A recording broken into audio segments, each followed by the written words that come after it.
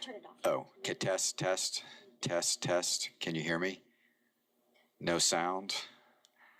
Okay.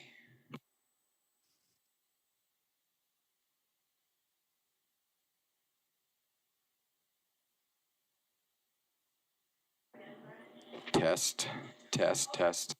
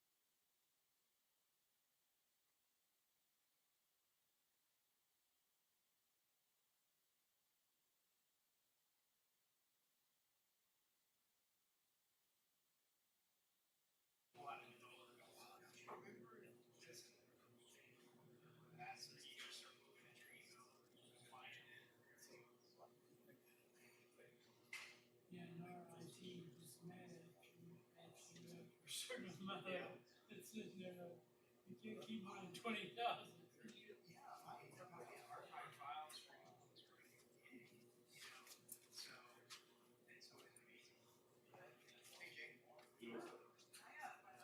Do you have one today? I wonder why you were here. I'm here to harass people.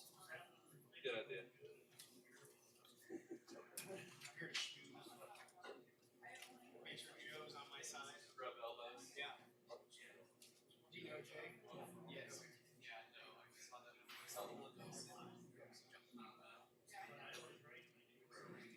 Jay?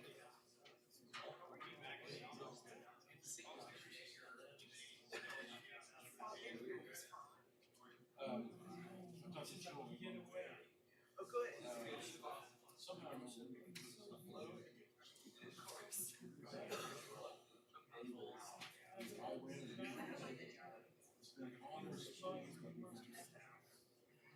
So, like competition. Is this your stuff?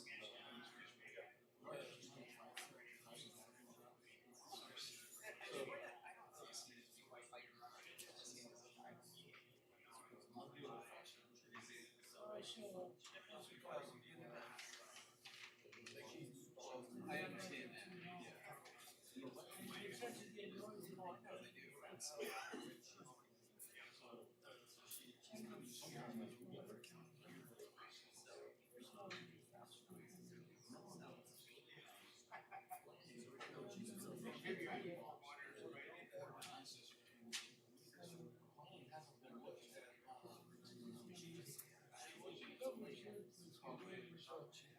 And that's right. We follow the regs. Regs say it's to have a connection. Check that box.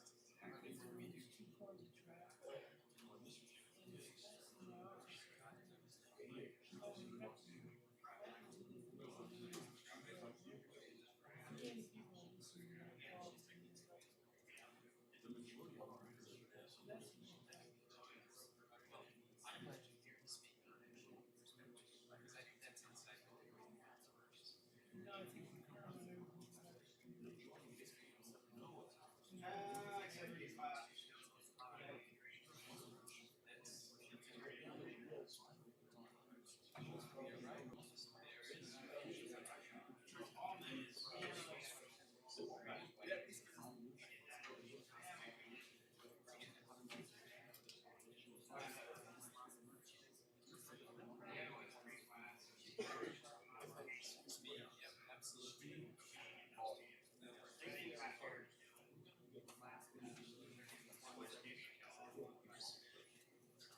there's trade-offs either way, so it will be.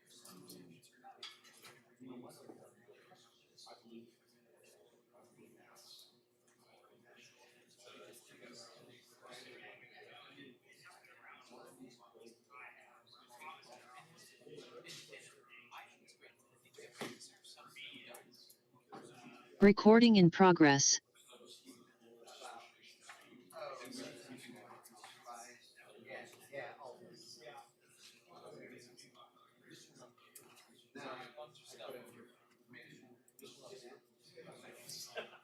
Thanks, you're gonna let me pass.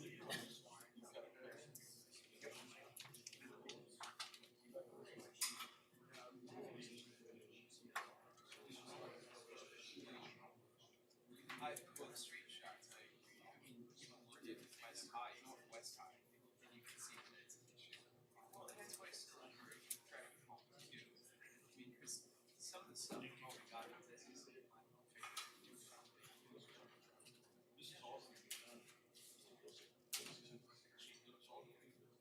Yeah, well, there's stuff that you can do where you don't even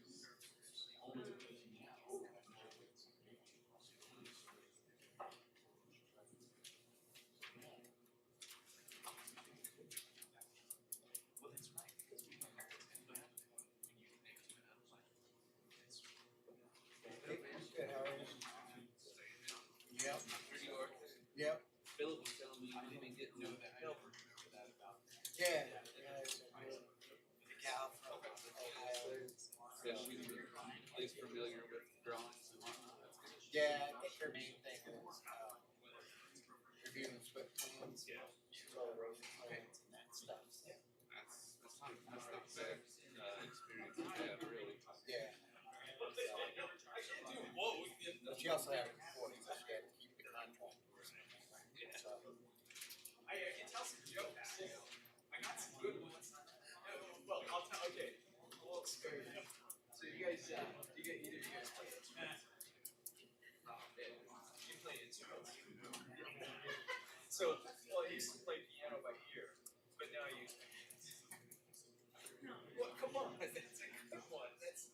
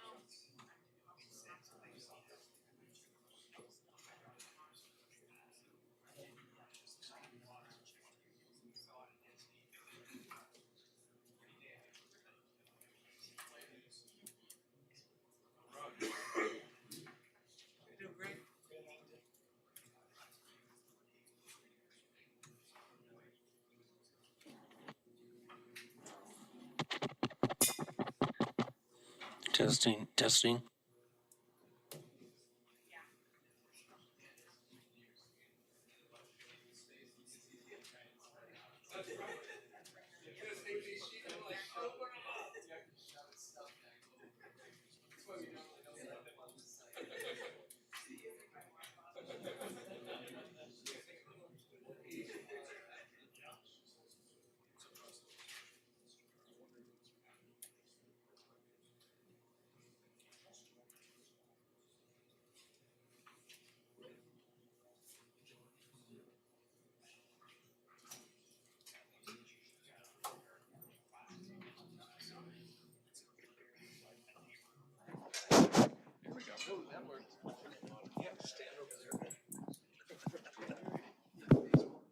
Thank you.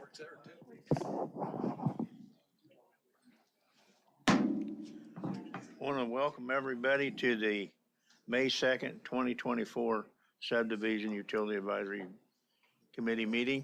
Could we have the opening announcements, please?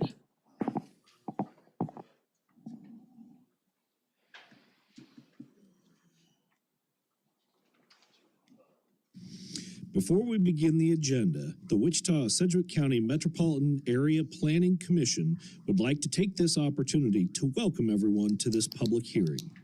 Copies of the agenda for today's meeting, the public hearing procedure, and Planning Department staff reports on all agenda items are available on the counter in the lobby. The Planning Commission's bylaws limit the applicant of a subdivision application and his or her representatives to a total of 10 minutes of speaking time at the start of the hearing on that item, plus up to 2 minutes at the conclusion of that hearing. All other persons wishing to speak on agenda items are limited to 3 minutes per person.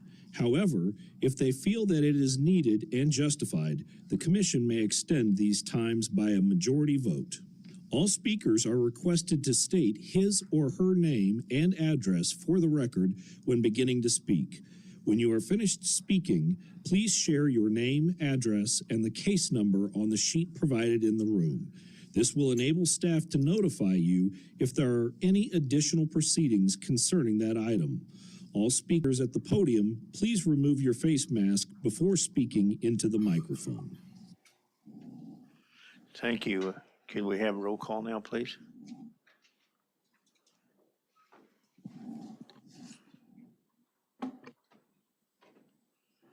Yes, sir. Bill Johnson, Here. Tony Zimbelman. Here. Bob Duell, Here. Jocelyn Clance, Here. Joshua Blick is absent. Bob Aldridge, John Williams Bay. Sir, I show 6 members present, and I do not see either of the alternates. Thank you. Item number 2, the very first case, vacation case 2024-00019. Is there anybody present in the commission chambers? I received word from the applicant. He, in his words, was not aware of a meeting today. I'm not sure he's going to be able to make it today. So I guess we could leave it up to the board on whether or not we should defer the item or move forward with the item, knowing we can also discuss it at Planning Commission if needed, if there's any issues. But we can leave it up to the will of the board of how to move forward. I guess the other question, is there anybody else here to speak on that item? It does not look like there's anybody for public comment. Okay. What's Mr. Aldridge? Mr. Chair, I got a question. If we don't hear it, can it still be passed on to the full MAPC to hear? Because it doesn't look like it's controversial. I guess I will lean on legal for that, of whether or not it can go to Planning Commission without a recommendation.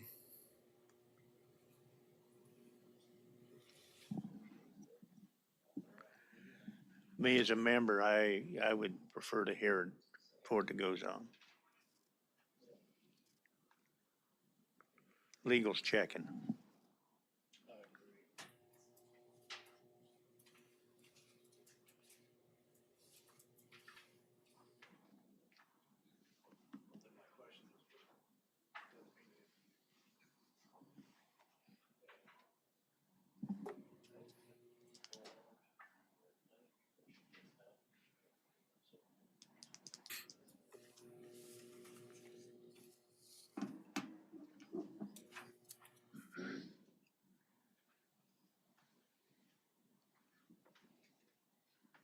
Mr. Chair, I'll withdraw my question so we can proceed.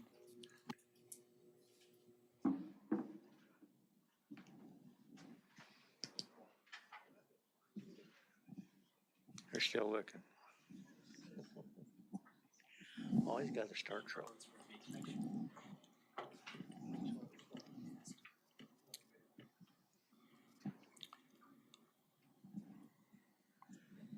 Yeah, the rules do not specify on a vacation, but if it is forwarded onto the MAPC, it has to be fully heard by the MAPC. Thank you. And then,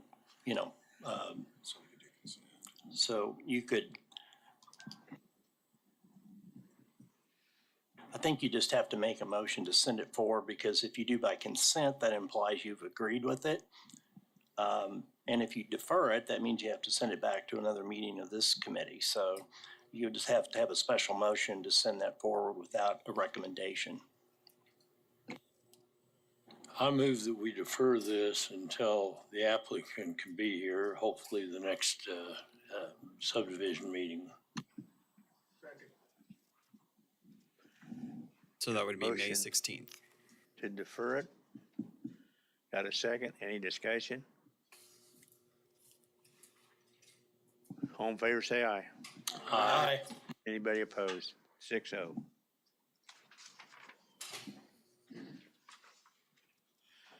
Next item is number 3.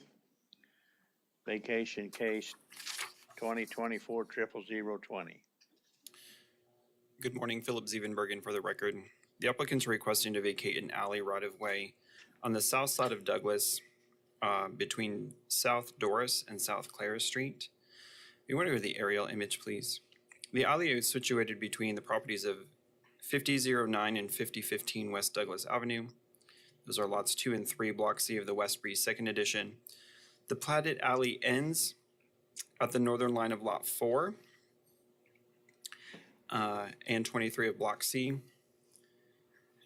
There used to be a 20-foot alley that ran to the west towards Doris, but that was vacated in 1950. The properties adjacent and to the south have access to public right-of-way on South Doris, so if it's approved, nobody is deprived of access. You can see that essentially the alley is not really improved or functioning like an alley. There is a sewer line that runs east-west towards the rear, so there will need to be a utility easement dedicated to cover that portion of the sewer line.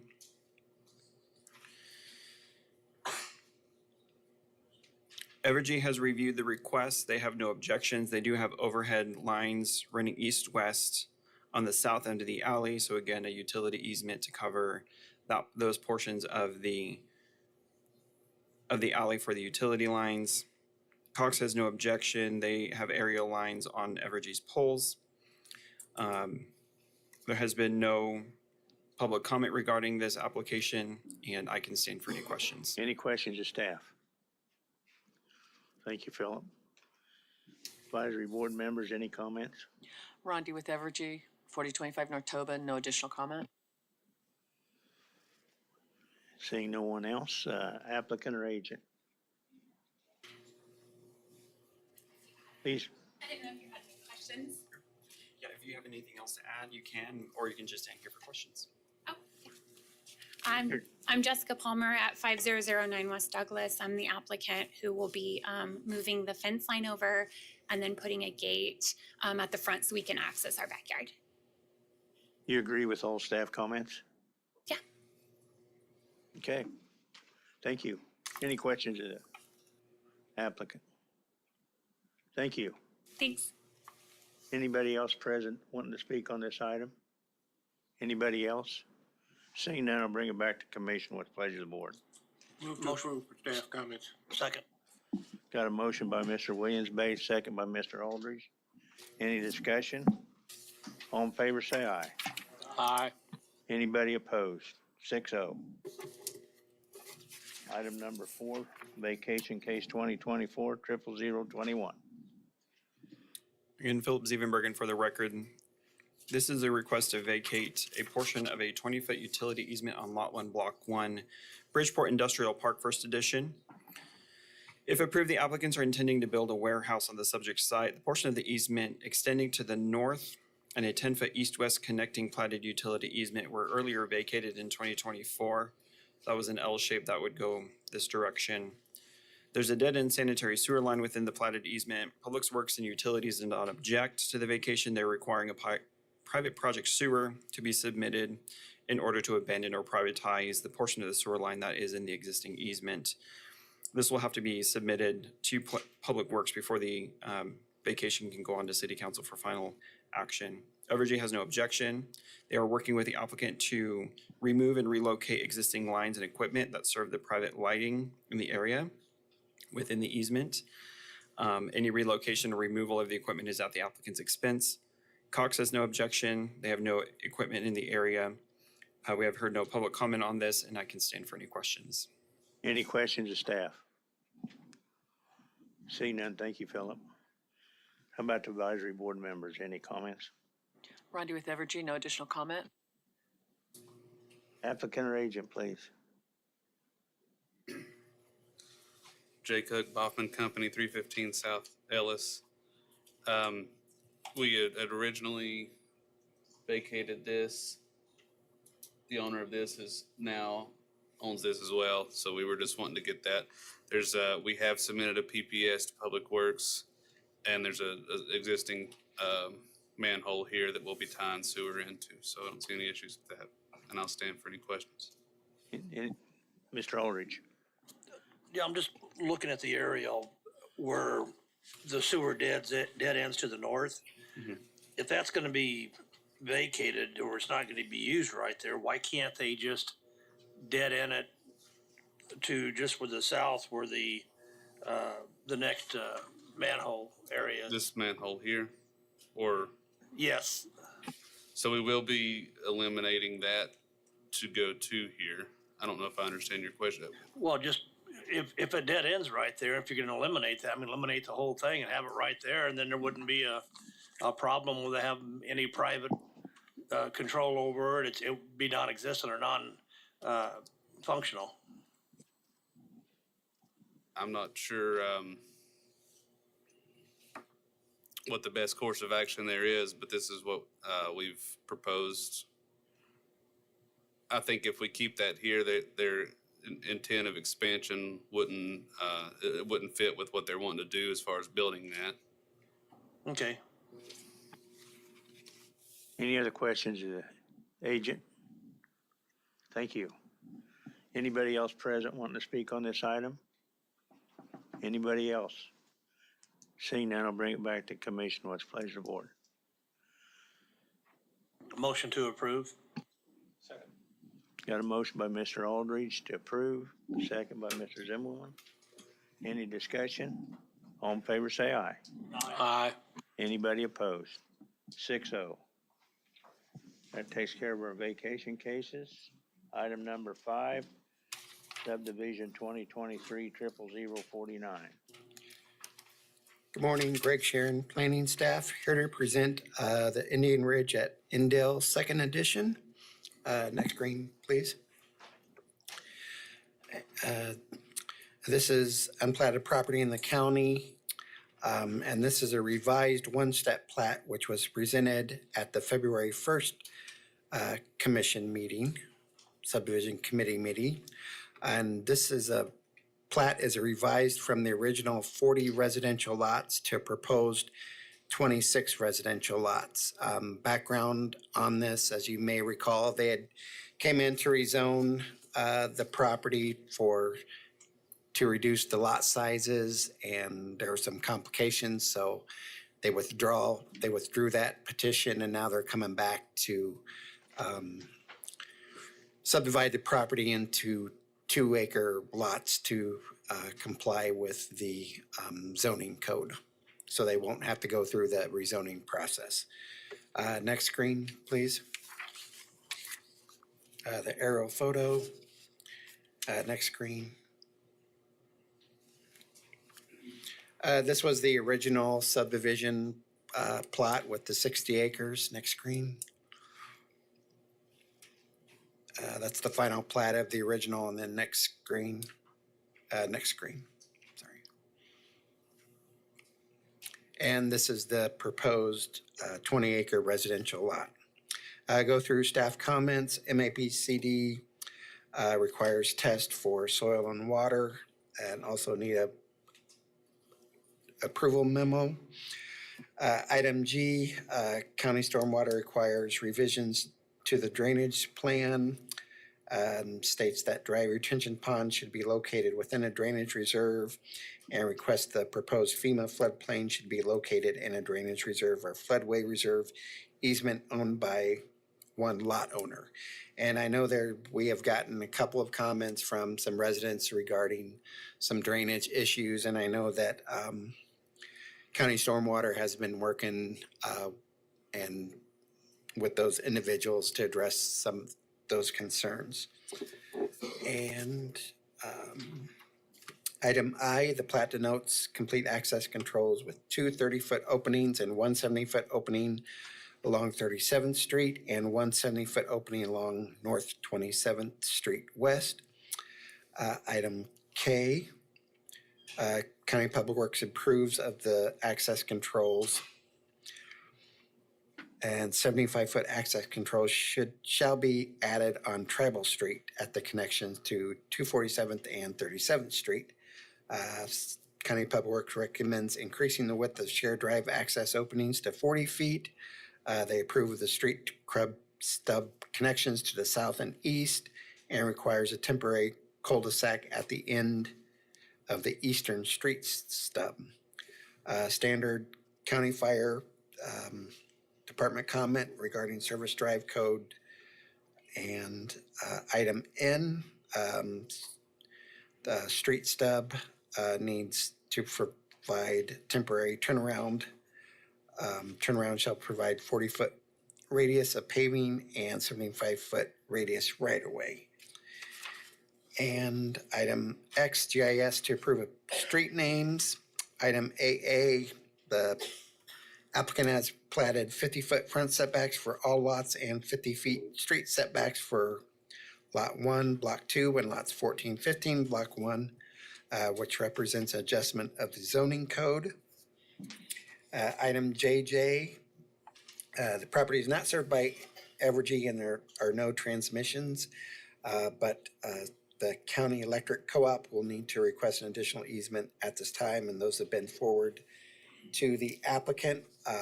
Like I said, I did get a couple of comments from neighbors regarding drainage issues and also concerns about depletion of water wells out there. So I'll stand for any questions. Any questions of staff? Seeing none, thank you. Advisory board members, any comments? Applicant or agent?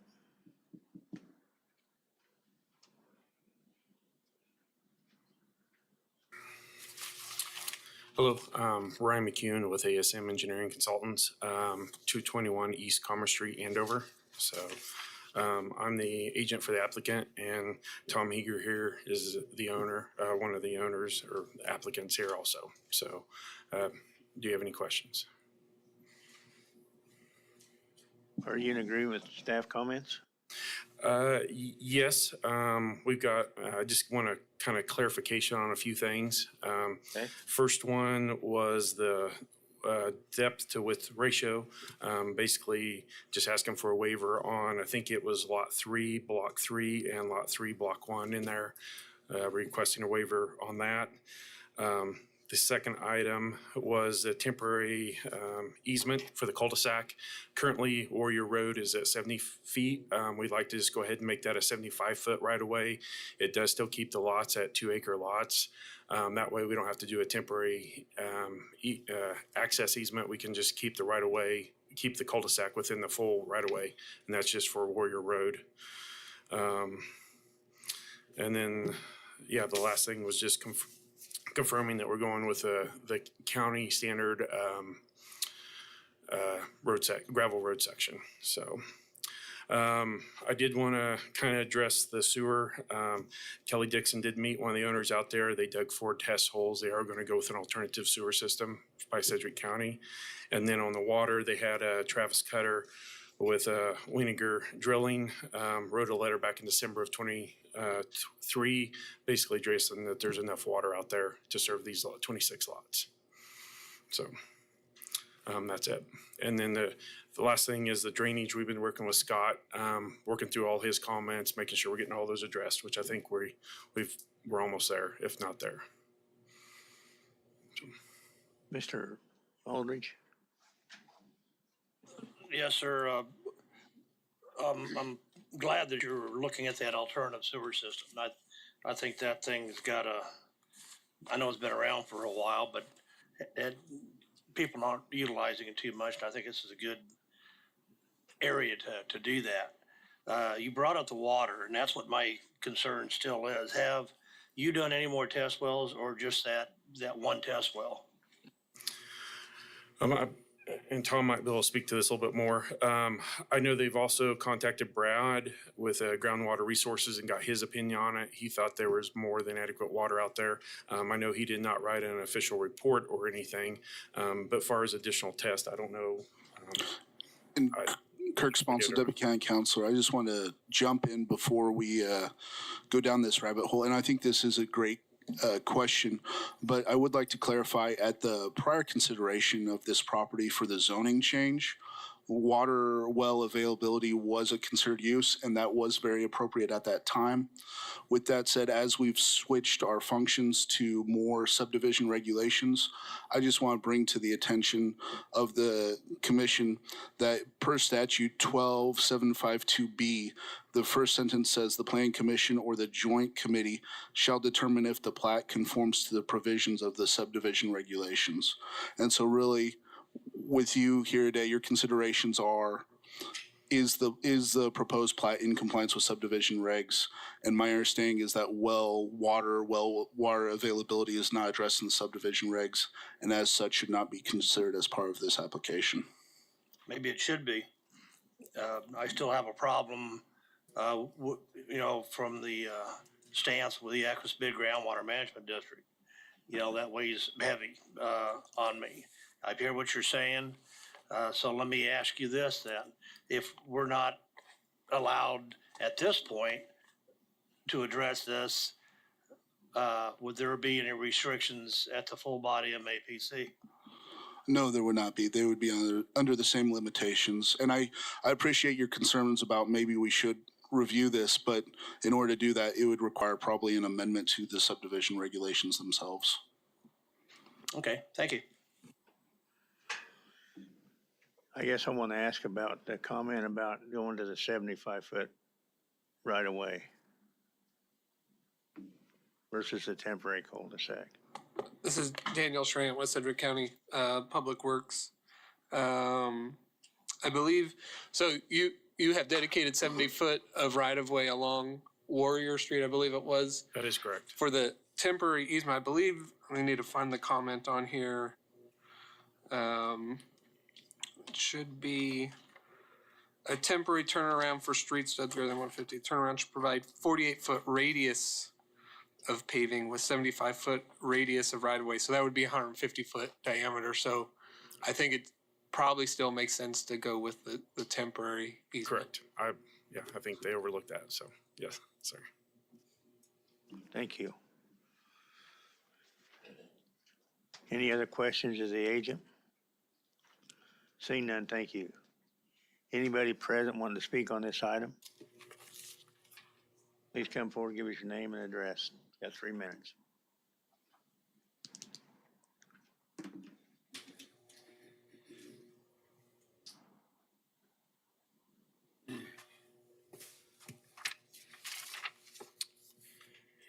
My name is Doug Wager. I live at 24327 West 37th Street North, and that's in this center of the top north end. So I'm kind of confused. I don't understand if you guys are the ones reviewing it. The approval overall of the concept, I feel like would be in your hands. And so when I brought up all my water concerns and the water availability, I guess, I did some testing on my water, the water flow I was getting was about 8.3 gallons per minute, and it runs for 15 minutes and then it starts to surge. I reset it, wait 15 minutes, and then I can run another 15 minutes, but I'm getting 120 gallons before it stops. So filling up stock tanks, water, animals, stuff like that, it makes kind of a hassle. I didn't have these problems before the previous development went in, and there wasn't any protests that I was aware of. And so I still have my water concerns. I'm not sure who is responsible for standing up and fighting for those. At 8.3 gallons per minute, the fact that I can turn it off and back on in 15 minutes gives me an estimate of a regeneration rate of somewhere around 8 gallons per minute. So, average household uses 300 gallons per day. That's about 0.21 gallons per minute. But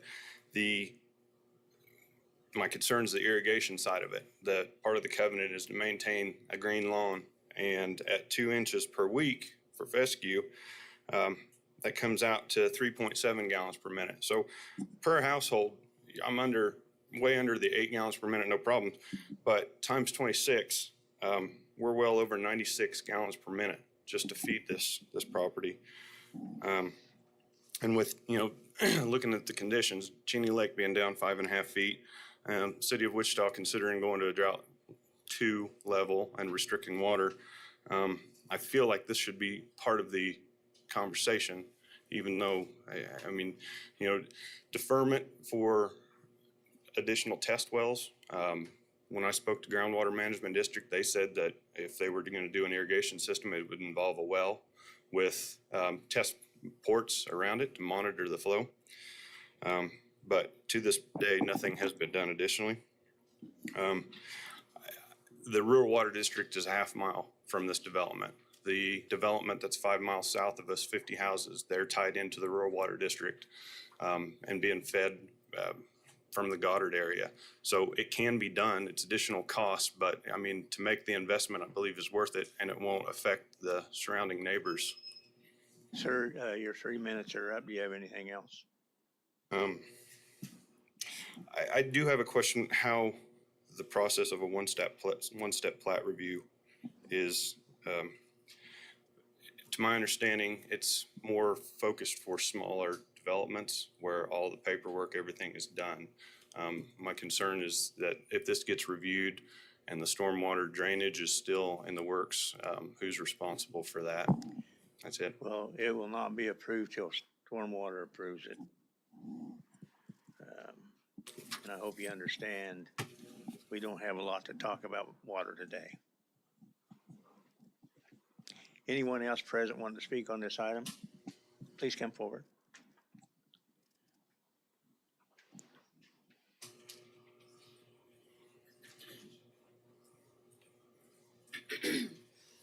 I'm Julie Wigger. I also reside in the Little Notchdad area, 24327 West 37th Street North. This development does not fit in the character of the current area that we have.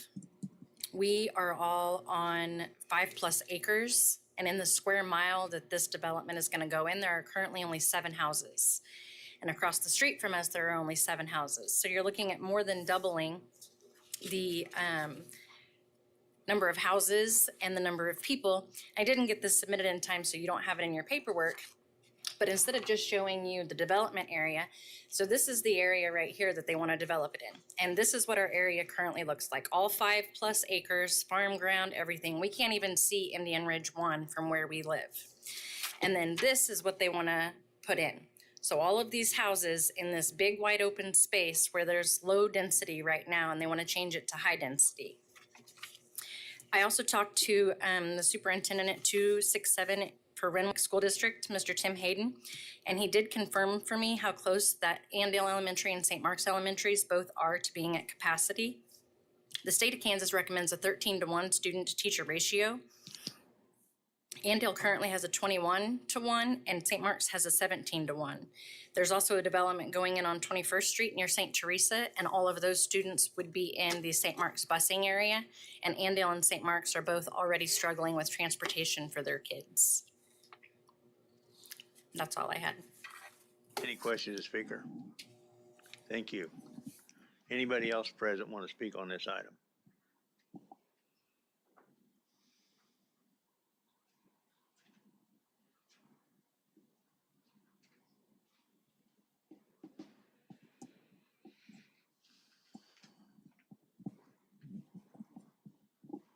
Good morning. My name is Sheila Hertel. I reside at 124 West 37th, which would be located right across the street from all of this.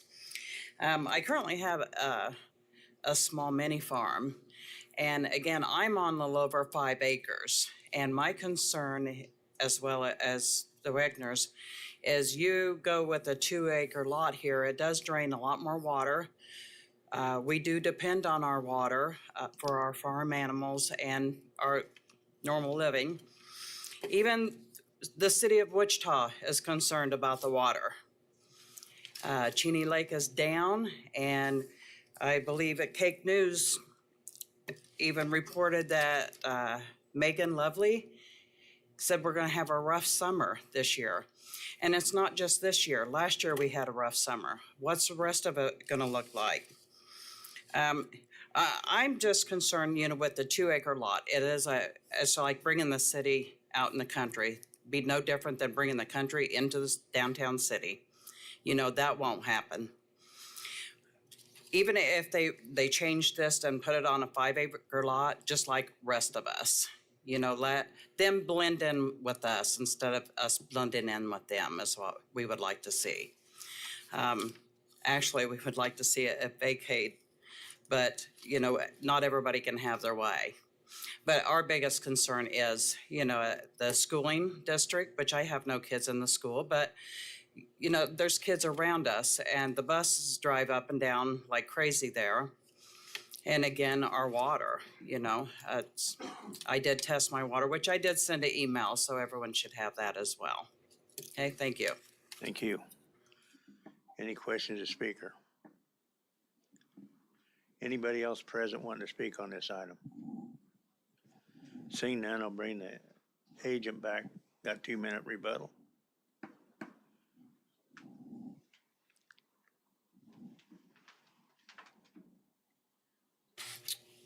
Yes. You got any comments? No. I guess to kind of speak to the lawyer's point,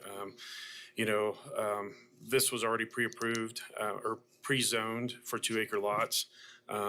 Everybody has the Kansas water rights. It's really about probably the depth of well. They came out there, the owners did analysis, dug wells, I think around 70, 75 foot deep and had no problem with water. So I think just as long as your wells are deep enough, that shouldn't be an issue. And so. All right, thank you. Thank you. Mr. Zimmerman, hang on, sir. Sir, could you come back? Do you know if there was any attempt to talk to the rural water district about hooking up this and what it would cost, or is it prohibitive? I'm sorry. About 500,000 when they spoke with them. So it just wasn't going to make it was going to make it cost prohibitive. Any other questions, agent? Thank you, sir. Scott? Yes, sir. I just wanted to add just a quick comment on this because this has had a zoning case and this has got a subdivision case right now. And I just wanted to illustrate the distinction between the two. Zoning cases are very much involved in terms of what is the impact going to be to properties around it. In fact, that is one of the golden factors.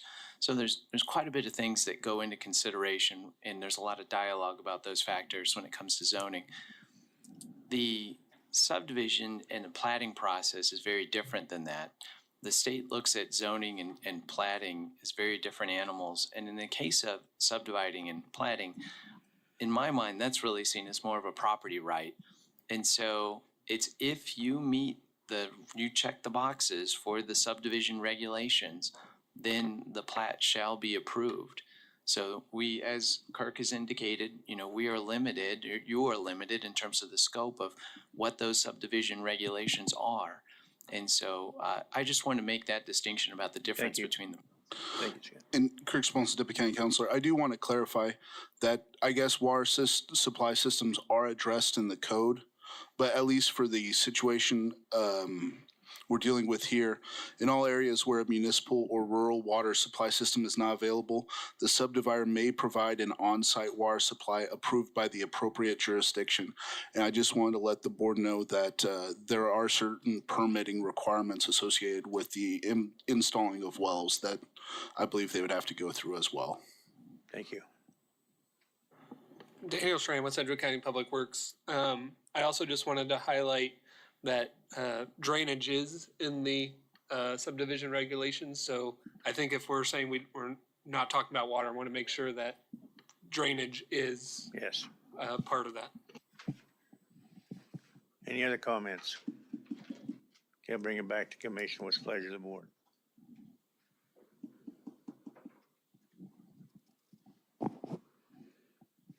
I move to approve it per staff comments.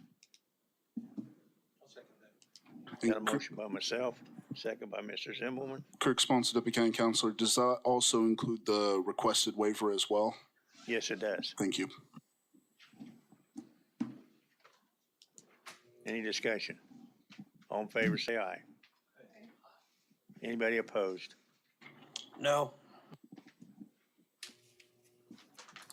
No. That's Scott. The no vote, does it have to make a comment about why they voted against it? Okay, thank you. Next item. Morning, Greg Sharon, planning staff. Here to present the Sage Estates subdivision. Next screen, please.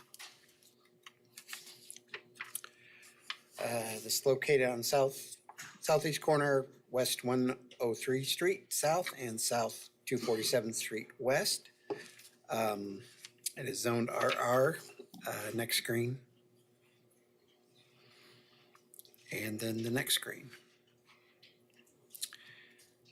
All right, this is a 8-lot residential subdivision in the county.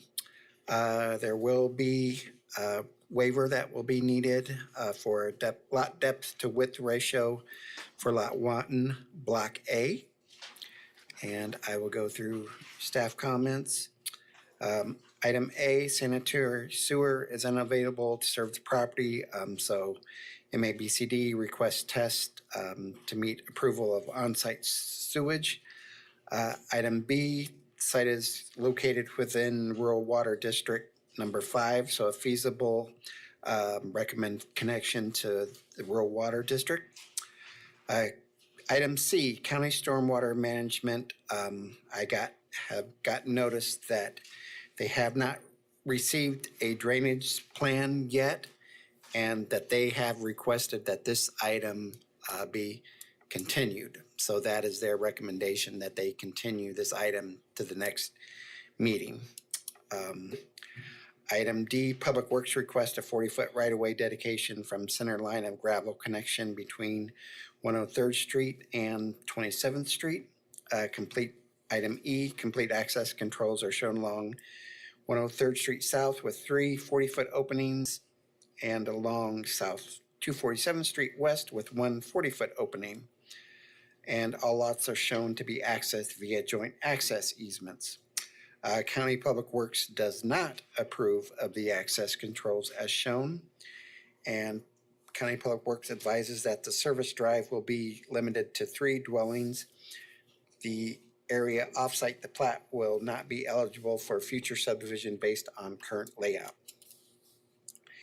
Item H, County Fire comment regarding service drive codes, and states that lots 7 and 8 need utilities separate from drivable surfaces to comply with the 2018 fire code. And item V, the proposed subdivision is not served by Evergy and no transmission. Item W, Sedgwick County Electric Co-op will need to request easements at this time, and those have been forwarded to the applicant. Stand for questions. Any questions? Mr. Aldridge? Yes, on the northeast opening along 103rd Street where it shows opening 40 foot, I'm assuming that's access to lot 8, correct? 7 and 8? Yes, and I think the comment from Public Works also addressed the property to the east, if I'm correct, and maybe Daniel can address further that comment about access. Yeah, when we were doing our review, I was assuming it was accessing lots 7 and 8 and the property to the south that is outside of the plat area that would not be able to have more than 1 structure built on it in the future because you can only have 3 dwellings on an access. So that would include lot 7, 8, and the area that's not on the plat below. Also, should this also, on the Platter's text should show the minimum elevation, pad elevation. I believe that there is no floodplain in the area on the property. Yeah, I don't believe there's a floodplain. We do not have a drainage plan yet submitted for this. Yeah. Okay, thank you. And Kirk Sponsel, Deputy County Counselor, I'm fine with further discussions about the merits or considerations of this application. With that said, per our subdivision regulations, it is required that for a supplemental information to be filed with a final plat, that a drainage plan shall be submitted to the appropriate engineer prior to or at the time of submitting the final plat for subdivision committee review to include an analysis of directly affected properties. As we've heard, that drainage plan has not formally been submitted. To remain consistent with the subdivision regulations, it would be my recommendation that this ultimately be deferred. Should we go ahead and defer before we go through the whole? I think it's okay to proceed now and just hearing comments of people who are present. Okay. But as for further discussion between the board, I'll leave it to you all, whether you want to continue the discussion analysis. Okay. Any questions of staff? I guess we're not supposed to ask any questions, so. Advisory board members, any comments? Applicant or agent?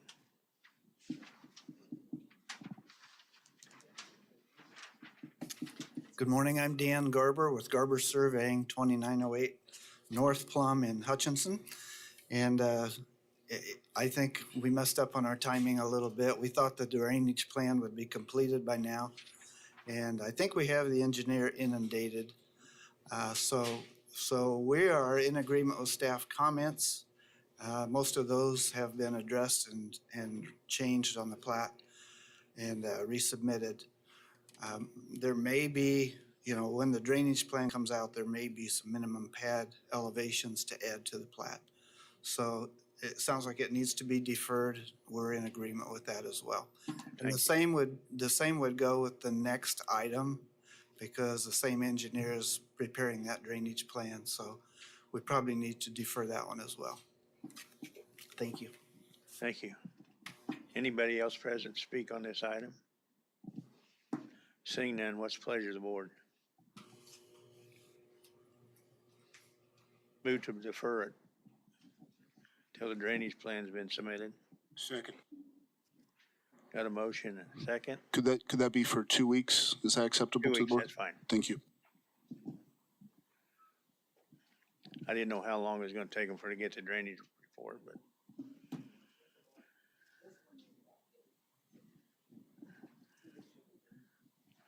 All in favor of the motion, say aye. Aye. Anybody opposed? That goes 5-0. Mr. Aldridge left.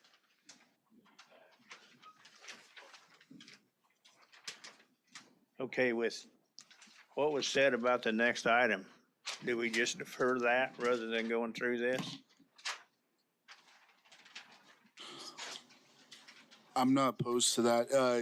Just for the record, though, could you make a request if anybody publicly wants to make a comment? Is there anybody public here in the commission chambers here for item number 7, subdivision 2023-00017? Seeing none, I'll bring it back to commission. What's the pleasure of the board? Move to defer. Second. Got a motion to defer, second? And once again, would that be for 2 weeks? The pleasure of the board? 2 weeks. Thank you. Any discussion? All in favor, say aye. Aye. Anybody opposed? That's 6-0. Make a note to Mr. Aldridge made it back. So the last item.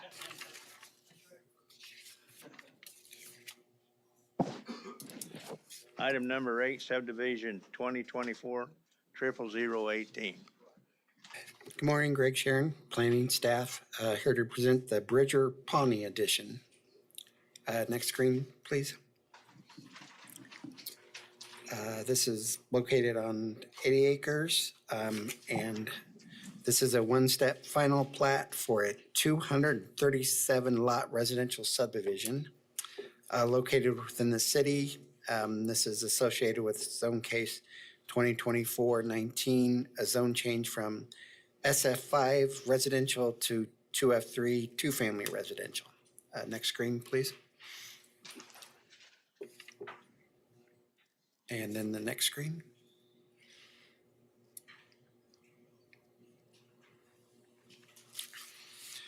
All right. Waivers that will be needed. Subdivision regulations 7201 states for urban scale subdivisions, cul-de-sac street shall serve no more than 24 dwelling units. And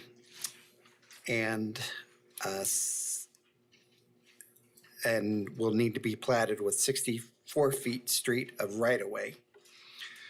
Since this property is to be zoned for TF3 two-family residential, therefore the total number of units along the Cedar Crest courts would exceed the 24 units, and they are proposing 50-foot right-of-way instead of the 64, so they are requesting a waiver from that. Waiver number 2 will not be needed because the subdivision to the south is platted, so that will be deleted in the final staff report for that waiver for the connection. Go through staff comments.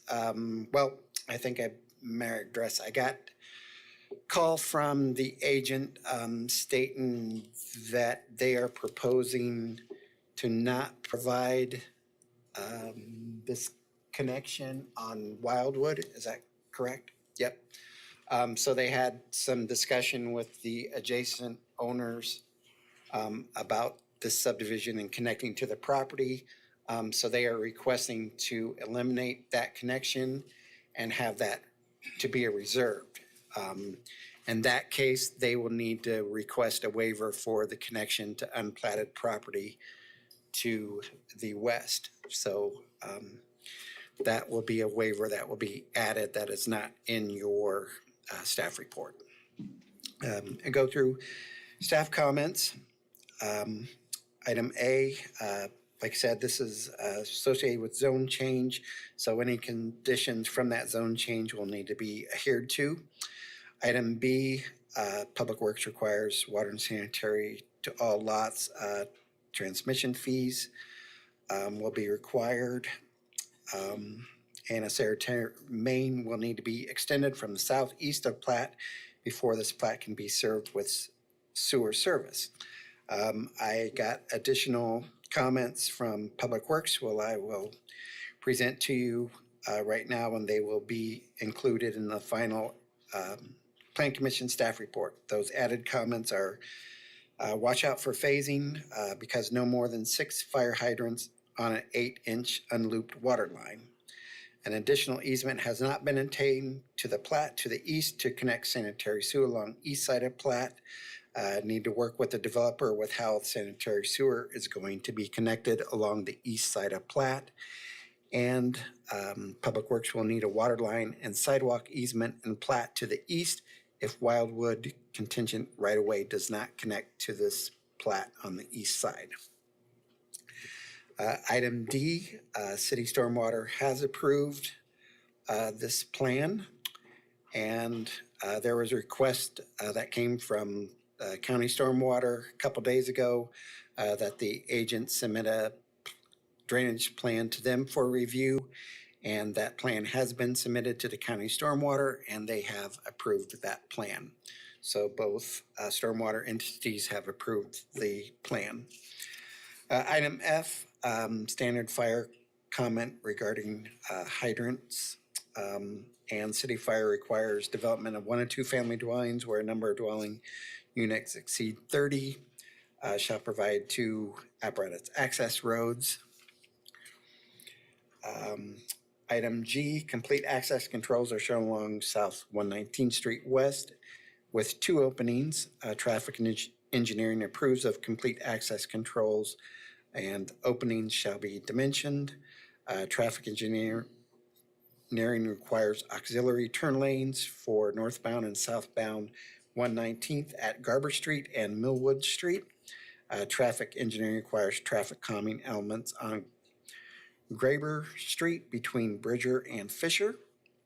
Item H, County Public Works requests guarantee of closure of all existing entrances on 119th Street in areas of complete access control. Item J, standard city environmental health regarding properly installed and permitted wells. Item L, GIS needs to approve of street names, but they request that Millwood be changed. And let's go through here. And item DD, Evergy will need to request additional easements at this time. Those have been forwarded to will not need to request additional easements at the time, and traffic engineering will need to approve street lighting placement. I'll stand for questions. Any questions of staff? I guess not. Advisory board members, any comments? Rondi with Evergy, we will not need to request additional easements, street size only. Thank you. Lee Carmichael, Traffic Engineering. We'd just like to scratch the requirement for the northbound auxiliary lanes. They're not warranted at this time, but the southbound auxiliary lanes are still in play. Anybody else? Applicant or agent?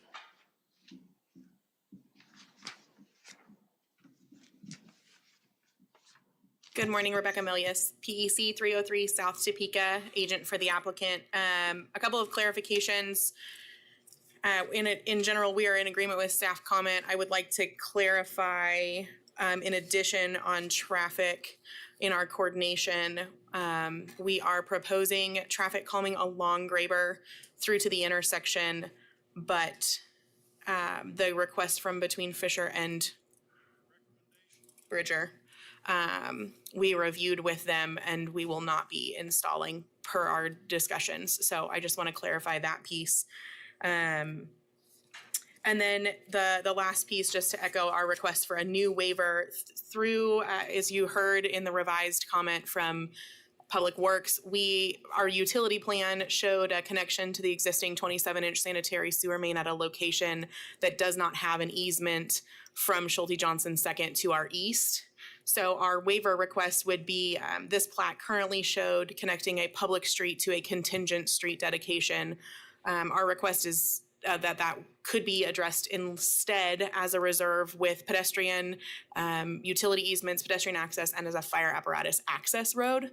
We have reviewed that with both the fire department and city engineering, and both are agreeable as long as that connection can be made and coordinated with that property at some point, but not a public street connection. So that is our waiver request. Again, that came up through the discussions with the neighborhood and the development to the east. So I'm happy to answer any questions you might have, but overall, we're happy with where stuff's landed. Thank you. Any questions of the agent? Seeing none, thank you. Anyone else here wants to speak on this item?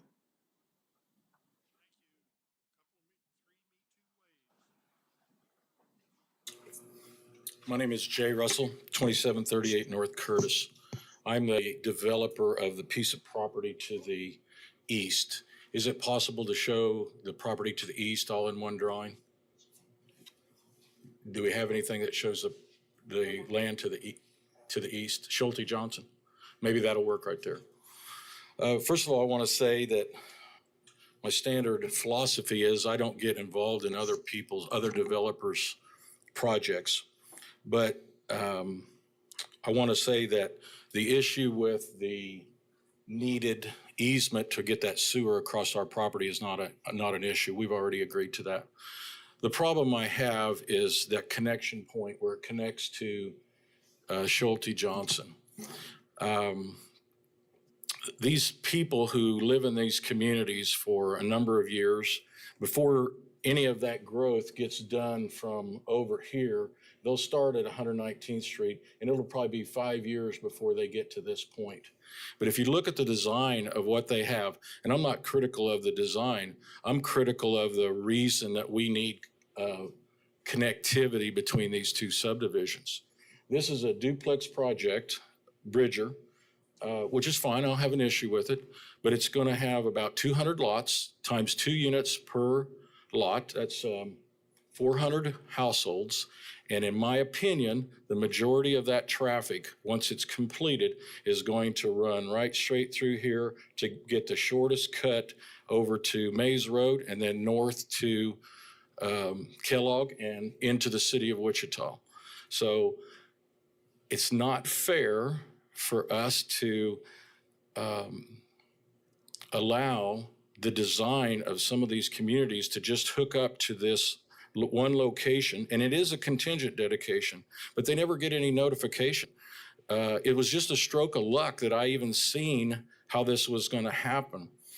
I hear numerous complaints from people that have lived in their subdivision for 15 years, and then all of a sudden, somebody develops the ground to the adjacent, and now they got traffic, excessive traffic. Some of the comments I've heard from planning department is that I need to do more traffic calming in my subdivision. Well, the answer is when I platted that ground 2 years ago, I had no idea what was going to happen to the west, none. So number one, I think we've been fighting this fight now for 2.5 years about fighting over access points. It all started with the Brookfield project in September of 21, and we need to have a committee of people on this subdivision committee to sit down and go over some of the issues that we've been arguing about. It's time to get a resolution to it. We went to the city manager about 2 months ago and requested a survey be done by WSU that would go to all of these existing neighborhoods and ask them, what is your opinion of how these other adjoining subdivisions are affecting your neighborhood? Jay, your time's up. Could I have a couple more minutes? I'll give you 1 more minute. Okay, so the manager said we didn't need to do a survey. So somehow or another, we got to get a resolution to this problem because it's been going on for 2.5 years. I think that'll cover everything I needed to say for now. Thank you. Anybody else here to speak on this item? Seeing none, I'll bring it back to commission. What's the pleasure of the board?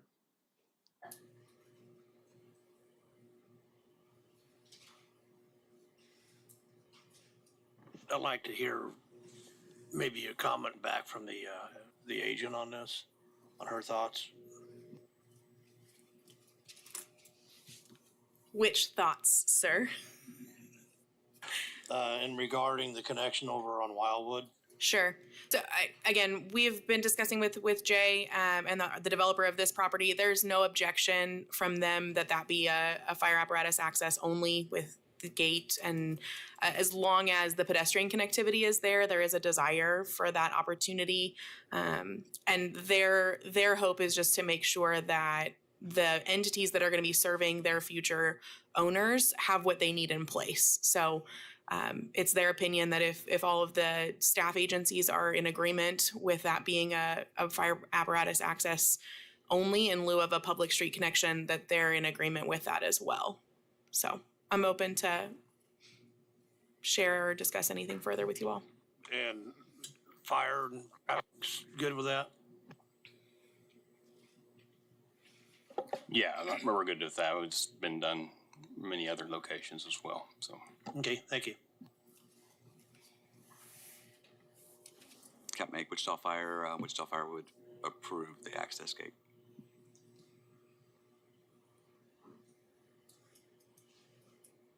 Okay, then based on that, I'd like to make a motion that we approve per all the comments, including the agent's revisions as stated.